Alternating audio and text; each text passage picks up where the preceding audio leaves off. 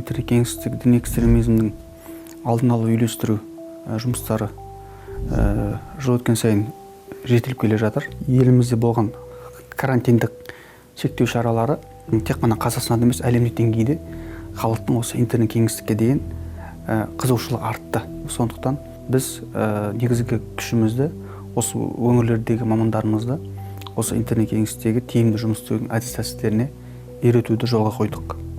Бұл ретте комитет тарапынан Smart Media деген жобаны бастап, осы жыл бойы өңірлердегі барлық мамандарды, оның ішінде тек қана SMM мамандар емес, сонымен бірге теологтарды, психологтарды оқытып, оларға өз ресурстарымызды пайдалана отырып, біз осы жылы 300-ге жуық маманды толыққанды осы жаңа медианың машықтарына үйреттік.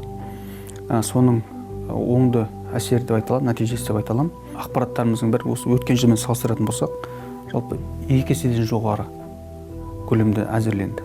Оның ішінде жалпы түсіндірмелік мақсатта және қарсы насихаттық мақсатта материалдар бар. Тек қана қарсы насихаттық жұмыс емес, сонымен бірге алдын алу жұмыстары көп жүргізілді. Яғни дін саласында мемлекеттік саясат түсіндіру, сонымен бірге зәһірлі қағидаттарын түсіндіру, осы деструктивті радикалды діни ағымдардың қызметі, олардың зияны, олардың теріс әсерлері туралы түсіндірме жұмыстары ол тұрақты жүргізіледі. Қазіргі біздің кейінгі буын, жас буын мүмкіндігінше осы қазіргі таңда медиа сауатты болған дұрыс. Ол тек қана бұл дін саласында емес, мысалы қаржы пирамидалары шыққан кезде қаржы сауаттылық мәселесі көп көтеріледі. Мысалы осы діни экстремизм, терроризм кезінде біздің дінтануық сауаттылық мәселесі шығады. Және осы айтқан сияқты медиа сауаттылық. Өйткені қазіргі таңда осы радикалды деструктивті діни идеологиялар таратушы негізгі бір көздер, бұл ақпарат көздер, оның үшін интернет желісі деп айтуға болады. Радикал топтар көбінесе өздеріне адамдарды тарту үшін маркетинг әдістерін қолданады. Бірінші көзге түсетін жаңағы біздің жас қарындастарымыздың, болмаса жас бауырларымыздың статустары болады, өмірден түңілген. Мысалы, солар бірінші ілінеді қармаққа. Өйткені тұрып оларға жылы сөйлеу арқылы өзіне тартады. Заңды білмеу құтқармайды жауапкершіліктен. Әрине біз бәріміз діни сауатты болмаймыз, бірақ дінтанулық сауаттылық, яғни бастапқы сауаттылық болғаны абзал. Кез-келген адам бойындағы ізгілік иммунитет деп айтамыз ғой.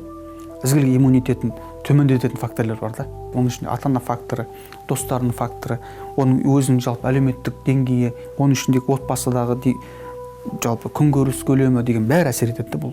Бұл түрлі фактор мысалы.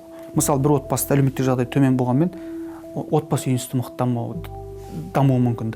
Отбасы үйіністі мықты қалыптасқан, нығайған болуы мүмкін.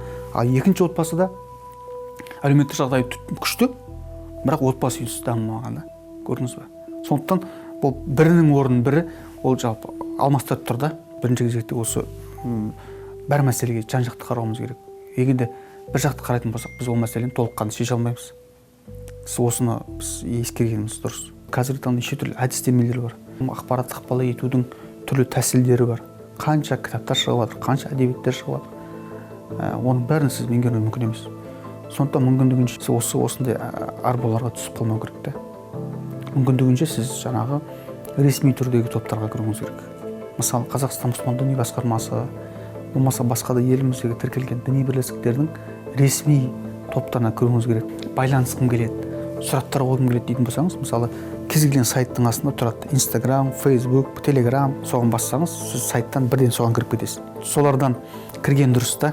Өйткені сіз іздеп интернет іздесеңіз, олар бір әріп ауысып кетуі мүмкін. Мысалы, бір әріпті ауыстырып, басқа топқа түсуіңіз мүмкін. Сондықтан мүмкіндігінше сайттан кірген жақсы да. Негізі бұл да бір кеңес деп айтар едім. Интернетте жұмыс істеудің, интернетті пайдаланудың мәдениетін біз меңгеретін уақыт келді. Жыл өткен сайын әдіс те өзгереді, тәсіл де өзгереді, оның бәрі жаңғырады. Сондықтан мүмкіндігінше біз қазіргі таңдағы жаңа сын-қатерлерге дайын болуымыз керек интернеттегі. Бұл қазіргі таңда бүкіл қазір құқық әлеміндегі тренд, аудитория жинаудың барлық әдіс-тәсілдерін меңгерген. Сондықтан мүмкіндігінше сақ болған абзал. Кез келген тұлға дұрыс өмір сүру үшін, дұрыс азамат болып қалыптасу үшін, оның бірінші қабілеті сын тұрғысынан ойлау деген қабілет.